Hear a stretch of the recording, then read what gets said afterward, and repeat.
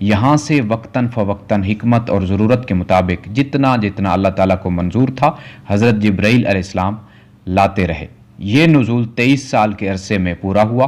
ایک روایت کے مطابق مصحف ابراہیم علیہ السلام اور تورات اور انجیل ان سب کا نزول بھی رمضان المبارک میں ہوا، اور قرآن مجید کا بھی۔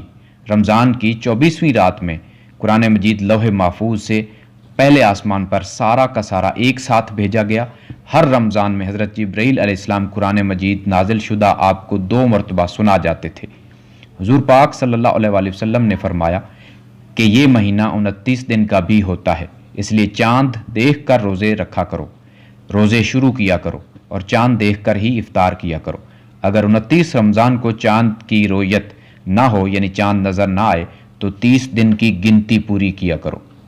پہلی آیت مبارکہ میں روزہ رکھنے کی یہ حکمت بیان کی گئی تھی تاکہ تم متقی بن جاؤ۔